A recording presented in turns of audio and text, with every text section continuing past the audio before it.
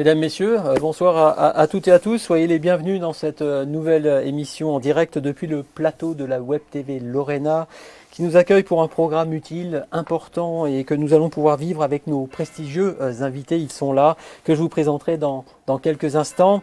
Une émission à l'initiative de l'AFPR, l'Association française de premiers répondants, qui vous propose un nouveau numéro de son cycle d'émissions spéciales lancé au dernier trimestre 2021 pour vous offrir un temps de témoignage, de réflexion et d'analyse autour d'un sujet qui nous concerne toutes et tous, sauver des vies. Cette émission, c'est la vôtre. Profitez de l'heure qui va suivre. On va parler de formation et elle sera particulièrement pédagogique, évidemment, c'est promis. Alors, savons-nous utiliser un défibrillateur, savons-nous réaliser un massage cardiaque, comment réagir en cas de brûlure ou tout simplement qui appeler en cas d'urgence. Quelques questions parmi d'autres que l'AFPR pose en préambule de toutes ces communications et pour cause. Aujourd'hui, en effet, trop peu de personnes savent répondre à ces questions pourtant vitales et qui peuvent concerner chacune et chacun d'entre nous. Sensibiliser et surtout former les citoyens que nous sommes est l'une des réponses évidentes à ces questions. Alors très concrètement, le certificat de compétences prévention et secours civique de niveau 1, plus communément appelé le PSC 1, certifie l'aptitude d'une personne à effectuer les premiers gestes qui sauvent et qui permet à ses titulaires de réagir face à des situations de la vie quotidienne, qu'il s'agisse de malaise, de traumatisme, de perte de connaissance ou encore d'arrêt cardiaque. Devant une telle opportunité de sauver des vies, le gouvernement, dans sa stratégie nationale de santé, stipulait que 80% de la population puisse être formée aux gestes qui sauvent, avec une volonté affichée sans appel, enrayer le chiffre de 30 000 morts, oui, 30 000 morts par accident domestique par la connaissance des gestes de premier secours. Et c'est bien dans ce contexte que s'inscrit le projet citoyen de formation à la prévention au secours civique de niveau 1 que promeut l'AFPR. Et c'est cela que nous allons, dans l'heure qui vient, pouvoir aborder avec nos invités. On est ensemble pour décrypter tout ça, certes avec sérieux, mais aussi beaucoup de convivialité, grâce à nos invités que je vous présente. Je les ai déjà invités, ils sont là, que je vous présente tout de suite. Frédéric Lebold, bonsoir. Bonsoir. Très heureux de vous accueillir à nouveau sur ce plateau, ça va ? Ça va très bien, merci. Je parle de retrouvailles, je l'ai indiqué il y a un instant, nous avions démarré ce cycle d'émissions à votre initiative il y a quelques mois, une initiative que vous conduisez avec vos équipes en tant que président de l'AFPR, l'Association française de premiers répondants, fondée en 2016. Qu'est-ce que je rajoute pour vous présenter ?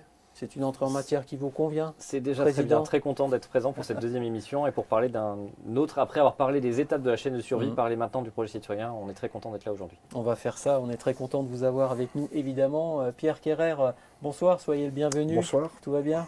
Ça va, très bien, merci. Vous êtes toujours aussi souriant, ça fait plaisir. Vous êtes officier de sapeur-pompier professionnel, métier que vous exercez depuis une petite trentaine d'années ici en Moselle. Vous êtes aussi un de ces nombreux premiers répondants, membres du réseau de l'AFPR que mobilise Frédéric Lebold. Mais aujourd'hui, c'est surtout aux formateurs que vous êtes que je vais m'adresser, celui de la protection civile de la Moselle.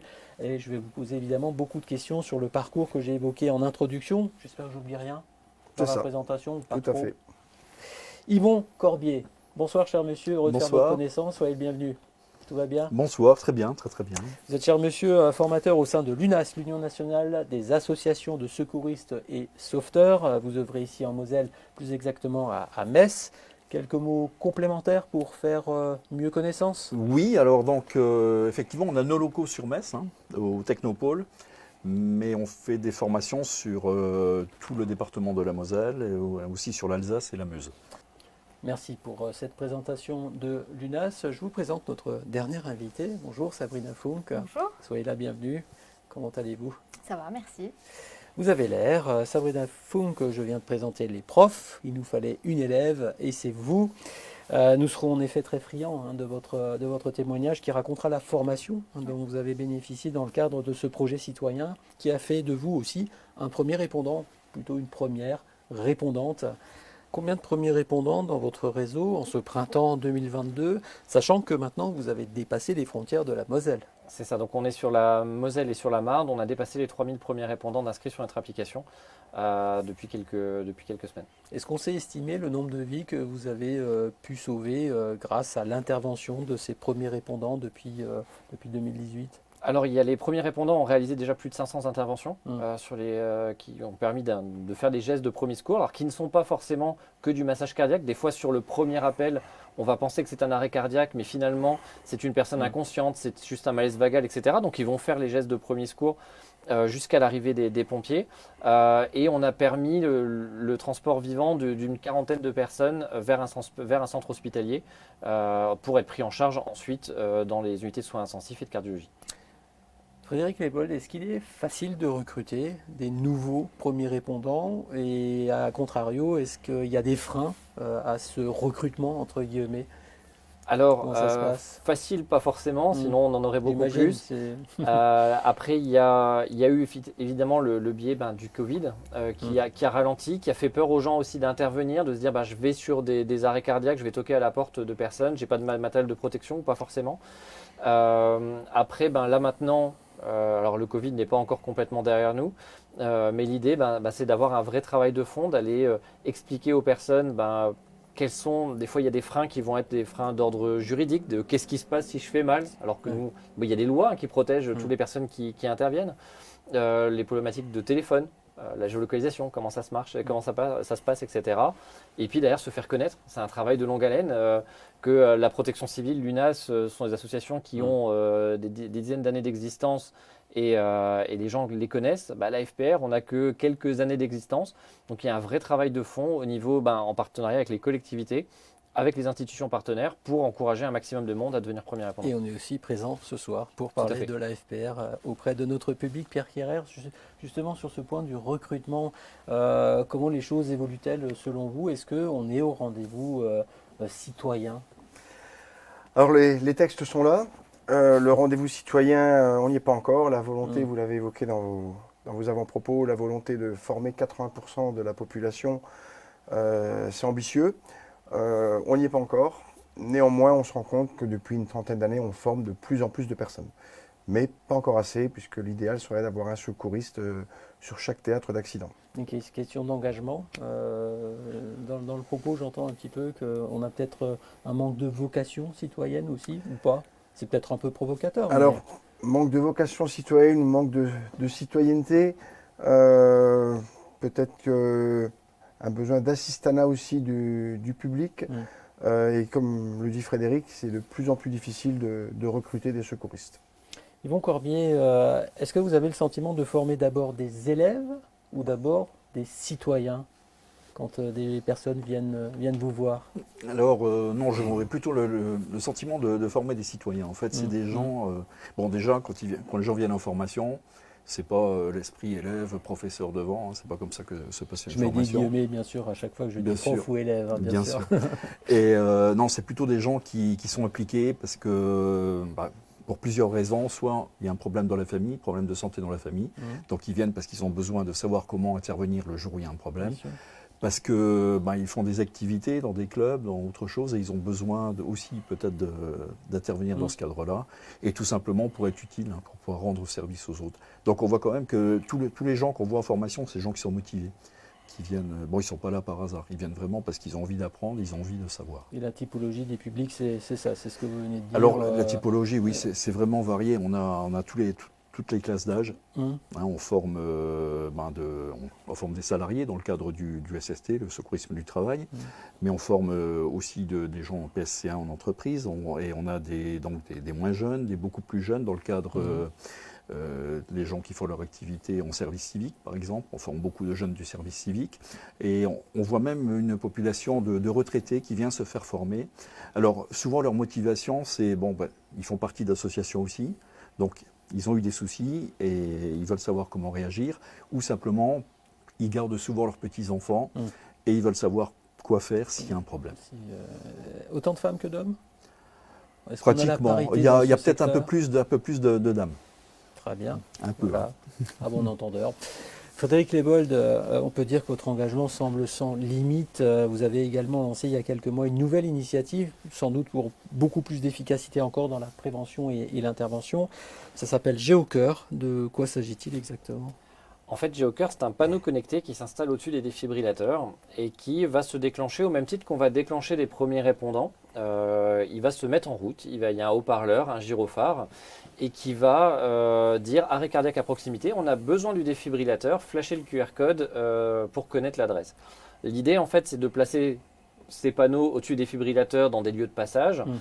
Et là, il suffit qu'un citoyen arrive, dise en fait, moi je peux amener le défibrillateur, soit je suis compétent et je vais pouvoir en plus apporter mon aide, soit je ne me sens pas forcément capable d'aider, mais au moins faire le taxi pour prendre le défibrillateur et l'emmener, ça je sais faire. En plus, un des avantages, c'est que le QR code, maintenant, depuis le Covid, quasiment tout le monde connaît. Donc, c'est vraiment, en fait, l'objectif du GeoCœur, c'est de se dire, quand il y a un accident de voiture, il y a toujours plein de gens qui s'arrêtent. Des infirmiers, enfin, moi, à chaque fois que je me suis arrêté, il y avait tout le temps, déjà, un secouriste du travail ou quelqu'un qui s'arrête. Sur un arrêt cardiaque, 80% des cas, c'est à domicile. À moins d'ouvrir la fenêtre et de crier très fort, vous avez peu de chances d'avoir de l'aide. Là, l'idée, c'est qu'avec notre application, on envoie des secouristes formés pour faire les gestes de premier secours et que grâce à GeoCœur, on puisse augmenter les chances qu'un défibrillateur soit amené sur le lieu de l'arrêt cardiaque. Sachant qu'il y a une statistique qui est quand même assez folle, c'est qu'un défibrillateur installé n'a que 1% de chance d'être utilisé. C'est pas qu'il n'y a pas d'arrêt cardiaque à proximité, en fait, c'est juste que les gens ne pensent pas aller le chercher. Donc, alors qu'on est à une époque où il y en a de plus en plus partout. Donc l'idée vraiment de GeoCœur, c'est on utilise des défibrillateurs, on les ramène sur le lieu de l'arrêt cardiaque grâce à des panneaux connectés. Rina Funk, on va rentrer dans le vif du sujet, on va parler de cette formation PSC 1 ou prévention et secours civique de niveau 1. Je voudrais déjà vous demander comment vous avez eu connaissance de cette formation et qu'est-ce qui vous a motivé dans cette offre. Bien, en fait, j'ai déjà eu connaissance en fait de la FPR de par la promotion en fait que l'association se fait. Et puis donc je suis aussi adjoint au maire à la commune de Fontoy. Très bien. Et déjà pendant notre programme électoral, on s'était rapproché de Frédéric justement parce qu'on souhaitait faire bénéficier la collectivité de la formation et de former le maximum de citoyens de la commune, le conseil municipal, les élus, les agents municipaux et tous les fenchois à l'arrêt cardiaque pour en fait essayer d'avoir le maximum de personnes qui formeraient en fait une chaîne la plus fermée possible en fait pour pouvoir sauver des vies. Et sachant qu'en fait en plus à Fontoy on a fermé la caserne des pompiers qui jusque-là nous apportait quand même un soutien en la matière et que les hôpitaux sont quand même assez éloignés. Donc on a souhaité proposer cette formation. Entre-temps, l'association a également déployé des partenariats au niveau du financement, ce qui permet justement d'essayer de challenger le maximum de personnes pour pouvoir être formées. Je vais aussi vous challenger, chère madame, est-ce que vous-même avez suivi cette formation et si oui, est-ce que vous avez récupéré le précieux sésame combien de temps a duré cette formation ? Qu'est-ce que ça représente pour vous ? On peut parler un peu de tout ça ? Oui, alors oui, j'ai le sésame. Donc j'ai suivi, merci. J'ai suivi moi-même donc la formation. C'est une formation de 8 heures qui est dispensée pour obtenir le PSC1. Et c'est une formation que j'ai souhaité vraiment suivre, notamment pour l'exemple, pour dire moi aussi je l'ai fait, parce que c'est facile toujours d'encourager et de ne pas le faire. On entend des tas de gens qui encouragent à le faire, mais qui malheureusement ne franchissent pas le cap. Et puis aussi pour moi-même, à titre personnel, parce que je sais très bien qu'on a tendance à penser que l'arrêt cardiaque, ça ne concerne que les autres. Et malheureusement, ça nous concerne tous. Donc j'en suis ressortie vraiment enrichie, grandie et responsable. Le plus dur étant, comme vous l'avez dit juste avant, et comme on en a parlé juste avant, c'était de former un maximum, de trouver des gens déjà qui sont intéressés.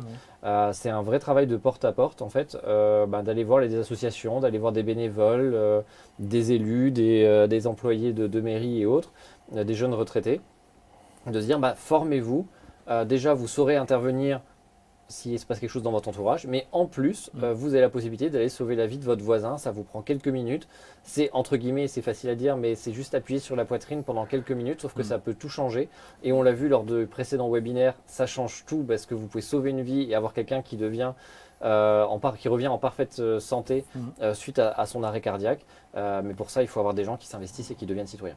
Alors, en quoi consiste la formation de prévention et de secours civique de niveau 1 ? Qu'est-ce que je vais apprendre très concrètement en 8 heures ? Alors, dans le programme de la formation, on va commencer par parler de prévention. C'est-à-dire, le secouriste, il va arriver sur un endroit où il y a une personne, une victime. Donc, savoir déjà analyser la situation, voir comment intervenir. Ensuite, on parlera de faire un bilan rapide à son niveau, comment on va regarder en fait ce qu'a là notre victime. On parlera aussi dans la formation, donc on parle comment réagir face à un saignement abondant. Hein, donc ça peut aller jusqu'au... soit ça va être simplement pression sur la plaie qui saigne, voire aller jusqu'au garrot dans des cas extrêmes. On parlera aussi de la personne qui s'étouffe, donc qui est un des cas malheureusement qui arrive régulièrement avec des jeunes enfants ou des personnes plus âgées. Donc savoir quels sont les gestes pour sauver la personne avant d'arriver au drame. Ensuite, on va parler d'une personne qui est inconsciente. Donc la personne est au sol, elle est inconsciente, comment on va réagir en fonction de ce qui s'est passé. On parlera aussi donc, de l'arrêt cardiaque. Où là, on est vraiment dans le vif du sujet. Donc, comment réagir face à un arrêt cardiaque, comment utiliser un défibrillateur. Et souvent, les gens en formation, une fois qu'ils l'ont vu utiliser, ils disent c'est hyper simple. J'avais peur de l'utiliser.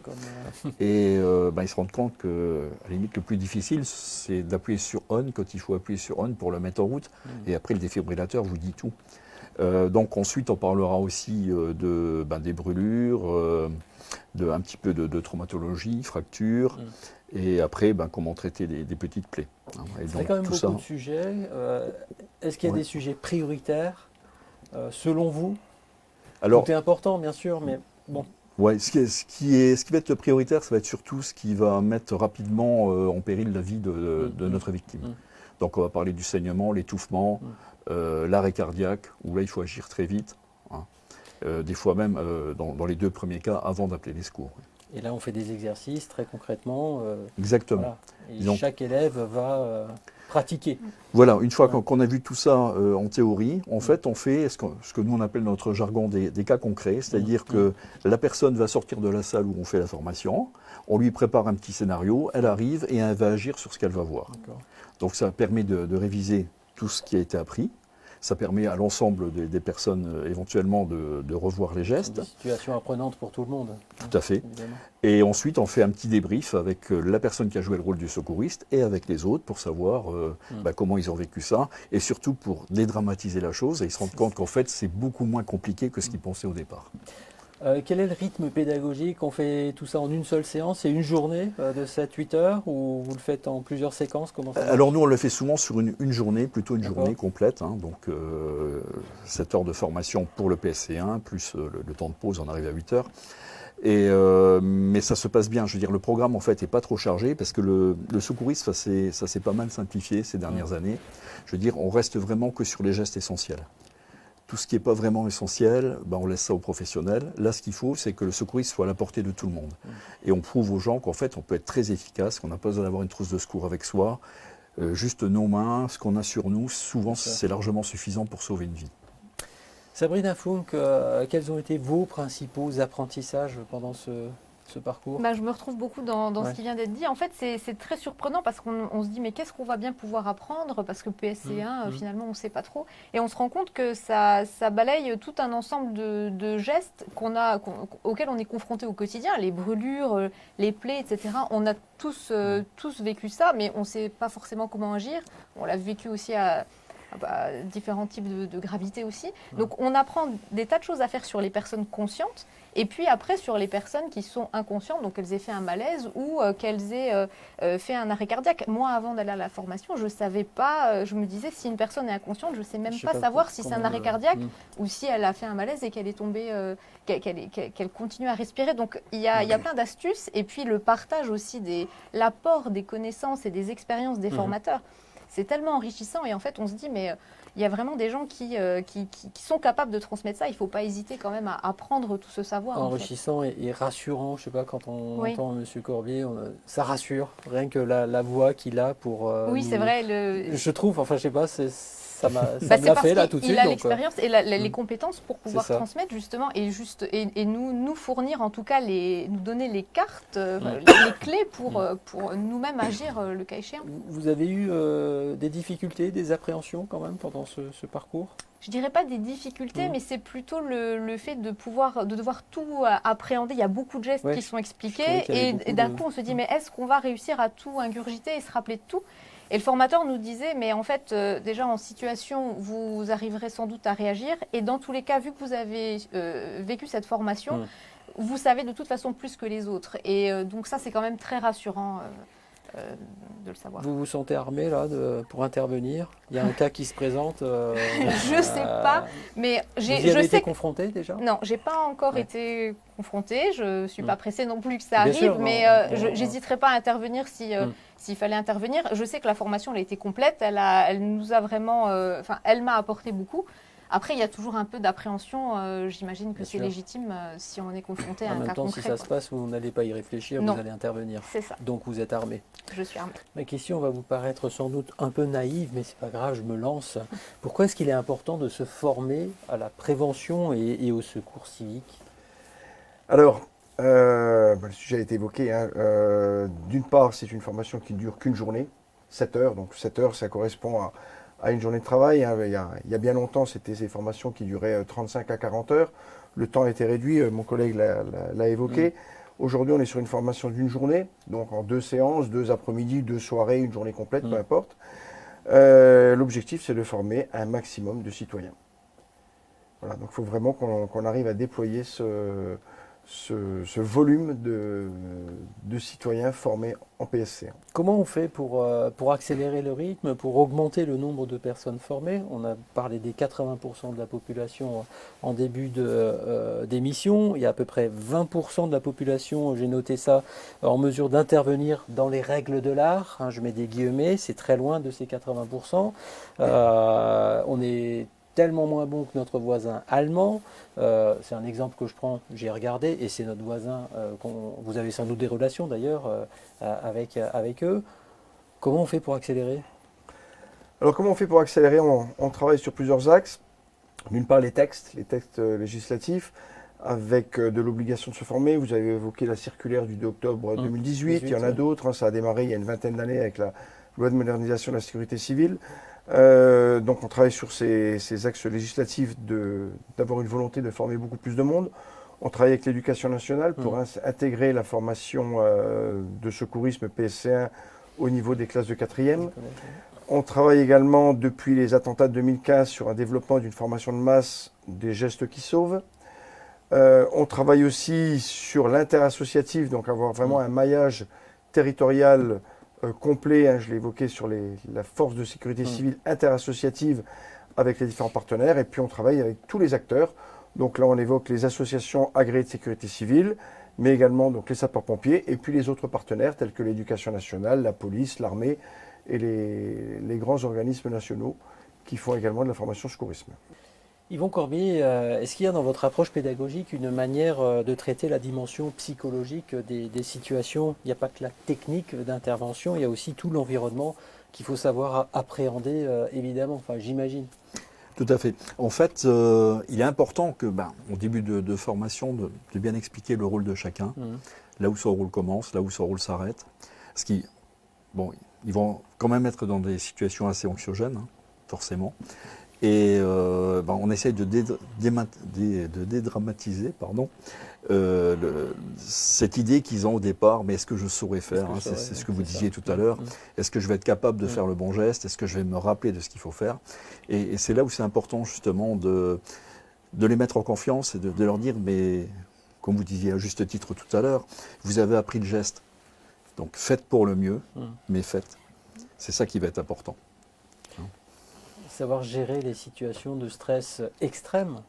On peut considérer que parfois c'est un stress extrême quand on se retrouve dans cette situation. C'est important. Comment on forme à ça? Alors là, il y a encore beaucoup de travail sur la partie psychologique. Il y a encore beaucoup de travail. On travaille sur 2 volets. Celui qui est évoqué de préparer les secouristes, qu'ils soient citoyens ou secouristes professionnels. Donc les préparer à la partie psychologique de la prise en charge d'une situation extrême, mais on travaille aussi sur le côté psychologique de la prise en charge de la détresse psychologique. Puisqu'au niveau de toutes les formations secourisme, on travaille souvent sur l'extrême. On a parlé de l'arrêt cardiaque, on a parlé de l'hémorragie, de la personne inconsciente, de la personne qui s'étouffe, donc l'urgence vitale. On travaille également aujourd'hui sur la prise en charge de la détresse psychologique. Donc là, il y a encore énormément de travail à parcourir sur ce volet-là. Ou donc en parallèle, on travaille aussi sur la prise en charge psychologique des sauveteurs. Donc le côté psychologique est en cours de développement. Frédéric Lebol, ça me fait penser que vous avez développé un partenariat avec le centre Pierre Janet, un centre d'intervention et de ressources spécialisées installé à Metz d'ailleurs, au sein de l'Université de Lorraine. Un mot sur ce partenariat qui répond, je crois, à cette problématique.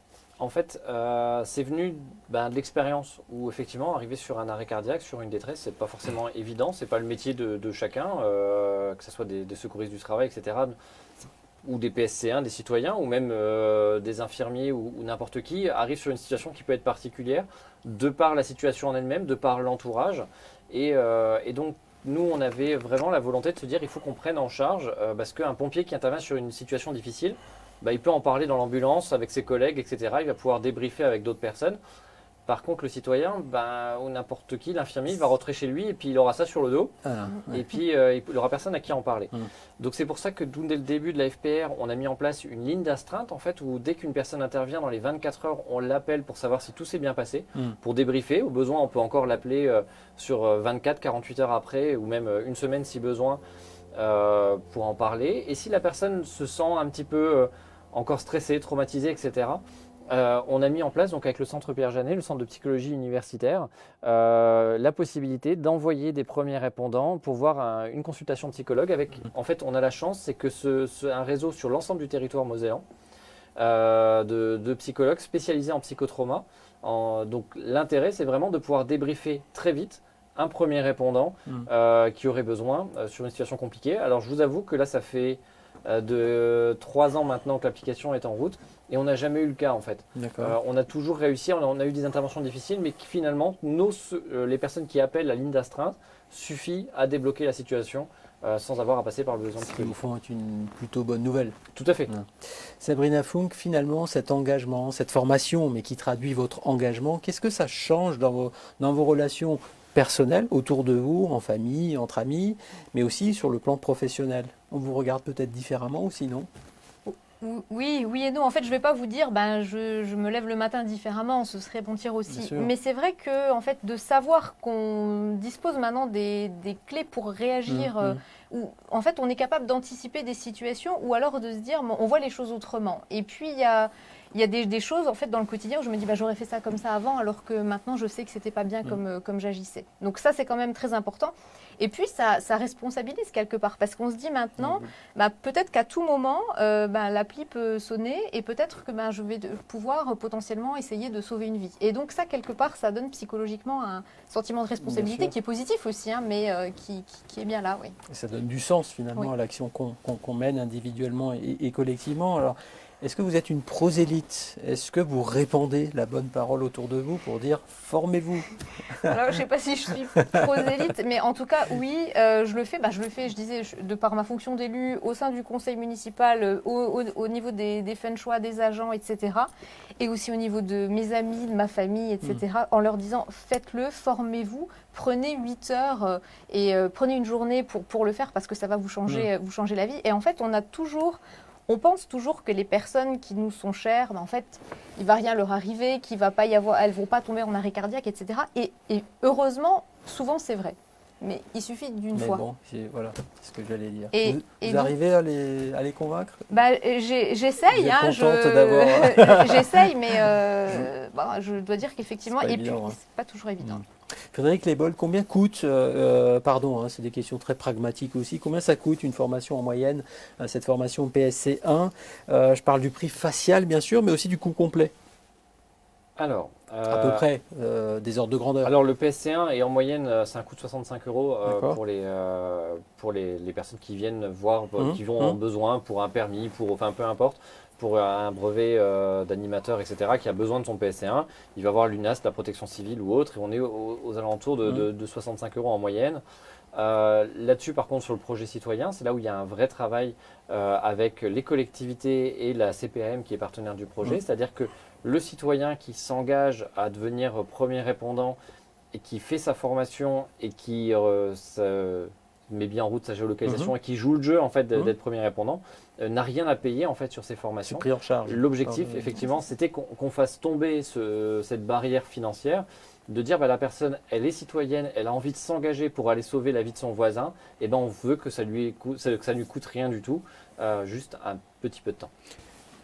Pierre Carrère, quel pourrait être le point d'étape suivant? Le PSC1, c'est bien, mais au vu des statistiques que vous avez vous-même rappelées les uns les autres, les statistiques nationales et locales en matière de décès par malaise cardiaque ou même par accident domestique, qu'est-ce qu'on peut faire de mieux, de plus, notamment en matière de formation? Alors bon, les chiffres, vous les avez donnés, vous avez parlé de 30 000 décès par an d'accidents domestiques. On est à 50 à 60 000 décès d'arrêt cardiaque. Voilà, donc ça, ce sont les chiffres. Maintenant, quel est l'objectif suivant? On a parlé de la formation de masse en secourisme. Donc former beaucoup de secouristes, avoir un secouriste partout sur chaque théâtre d'accident. On a parlé de la localisation et du déploiement des défibrillateurs sur le plan national. Maintenant, l'objectif, c'est d'arriver à allier la victime avec le secouriste et le défibrillateur. Pour la partie prise en charge de l'arrêt cardiaque, arriver à lier tous ces maillons pour avoir une efficacité. Donc ça, c'est sur la partie curative. Maintenant, sur la partie préventive, c'est continuer à faire de la formation, et dans la formation, faire aussi beaucoup de prévention, puisqu'aujourd'hui, le PSC1, il y a toute cette partie curative.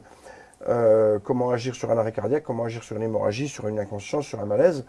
Mais il y a également toute cette partie préventive sur notre façon de vivre et sur la prévention des accidents. On parle souvent des accidents de la route, la prévention des accidents de la route, ça fonctionne. Depuis une quarantaine d'années, on est passé de 18 000 morts sur les routes à un peu plus de 3 000 actuellement. Donc on parle beaucoup de la prévention routière, mais c'est valable aussi sur la prévention des accidents domestiques, des accidents cardiaques et de tous les accidents au sens large. Donc changer notre façon de vivre et faire beaucoup plus de prévention. J'entends qu'il y a encore beaucoup de travail. Il y a encore du boulot. Yvon Corbier, quels sont les retours que vous enregistrez de la part de vos élèves diplômés, à part la reconnaissance bien sûr? Est-ce qu'ils ont parfois des demandes, des suggestions? Alors, parfois oui, effectivement. À chaque formation, quand on a terminé la formation, on fait un petit tour de table pour que chacun nous donne son ressenti sur la journée, ce qui est quand même important. Et souvent, c'est les mêmes choses qui ressortent. Alors déjà, une remarque, c'est si j'avais su, je l'aurais fait plus tôt. Ça, c'est régulier. Ensuite, ce qu'on nous dit souvent, c'est mais pourquoi c'est pas obligatoire à l'école? Donc on leur explique que c'est en train d'être mis en place, que tout doucement ça vient. Et en fait, on remarque que les gens aussi ont envie de faire passer le message aux autres autour d'eux, en leur disant mais le secourisme c'est simple, il faut y aller. C'est ce que vous disiez tout à l'heure. Et je reviens sur ce que j'ai dit, mais ils disent souvent mais si j'avais su, je serais venu plus tôt, mais je vais dire aux gens autour de moi de venir suivre la formation, parce que c'est important. Et donc quand on a ce message-là, je veux dire, nous en tant que formateurs, on est heureux parce qu'on dit finalement on a réussi notre journée, ils ont vu que c'était simple, ils savent faire et ils ont envie que les autres apprennent aussi, c'est formidable. Madame Funk, est-ce que ce premier niveau de formation vous motive pour aller plus loin? J'en suis pas encore là parce que je pense que je suis un petit peu trop novice en la matière. Néanmoins, il y a quelque chose une chose à laquelle je tiens, c'est vraiment de continuer à rafraîchir en tout cas mes connaissances et à m'y replonger régulièrement parce que je pense que malheureusement ça peut s'oublier vite les gestes et qu'il est quand même important de continuer. Je sais que l'association l'exige pour être agréé premier répondant, mais je pense que c'est une bonne chose et en tout cas c'est quelque chose que j'hésiterai pas à faire, rafraîchir les connaissances. J'avais promis de vous faire répondre à un certain nombre de questions, donc j'intègre en même temps dans mes questionnements ce que je vois apparaître sur le chat. Merci pour votre participation, mesdames, messieurs.